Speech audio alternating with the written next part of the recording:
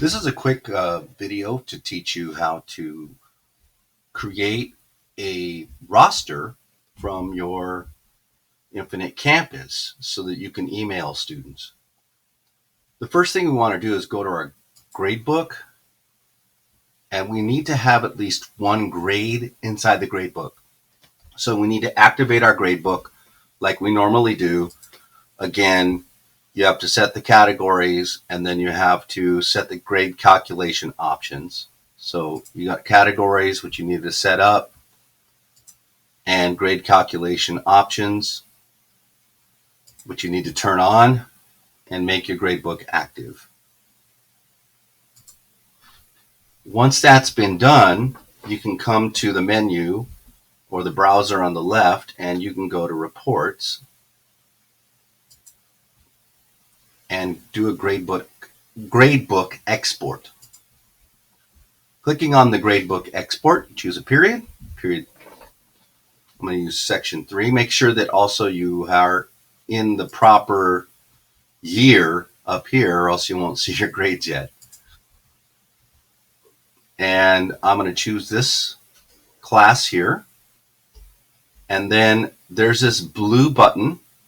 It says Generate comma separated value. I will go ahead and do that.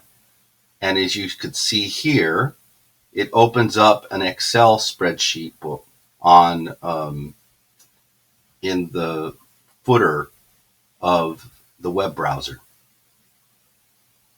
I'm going to go ahead and leave that there. I'm going to go to my Google Drive,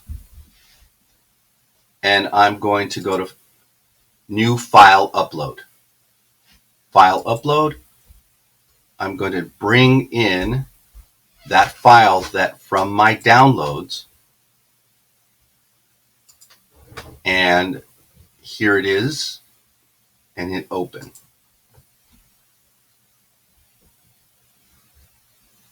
Once it has been brought into my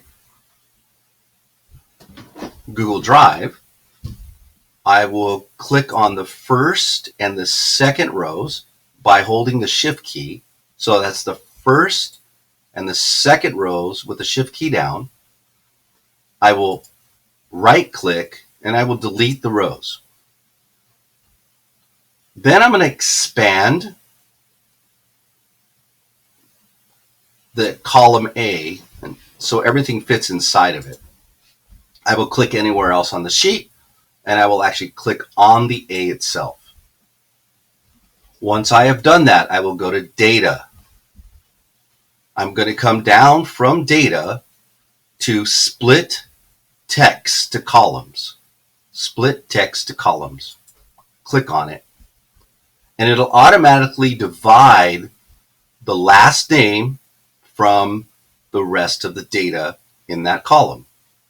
I'm going to accept that by hitting Enter and then clicking anywhere on the sheet.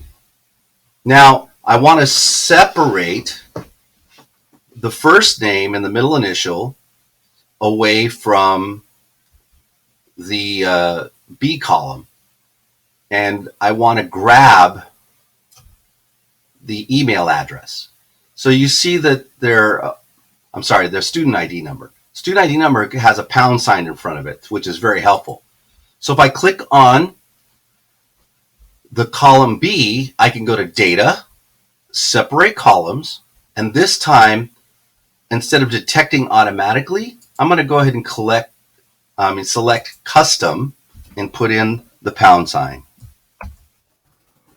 And now I have actually separated my student ID numbers from the first name and middle names.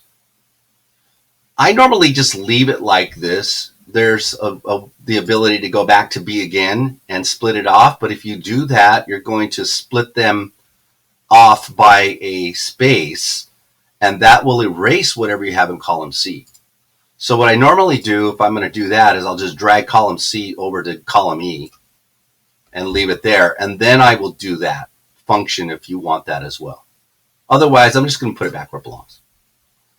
Now that I have this data created the way I want it, I can now use the equation, which is equal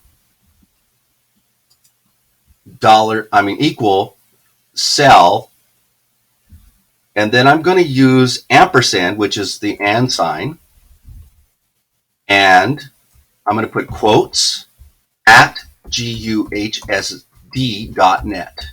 and close the quotes. So now what I've told it to do is go to cell C2, get whatever it is, and add at guhsd.net to it. So I'm going to create an email address. Having created the email address, I can now use that formula to copy and paste down the sheet. And now I have, and hit enter. Oops. Let me do this. Copy. I have to hit paste. Sorry. Copy, and then drag down and do a fill. And hit paste. And now I have everyone's email from that class. The final thing I want to do is I want to put last name,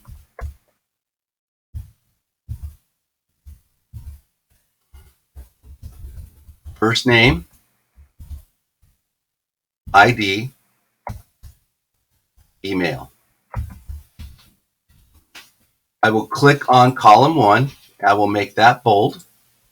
And then finally, I will go up to view and I will freeze that one row. And that way, if I start going up and down, I always see the classification set that I put at the top as my labels for my columns. So that's how you create the emails. To actually send the emails, what's really simple is you click and you drag and you copy and you go to email, you compose a new email, and you click on BCC and you paste, and all your emails are dropped in there. So you're now sending every student a BCC email. Make sure if you're using this that you always click on BCC. So thank you very much, and hopefully this is helpful.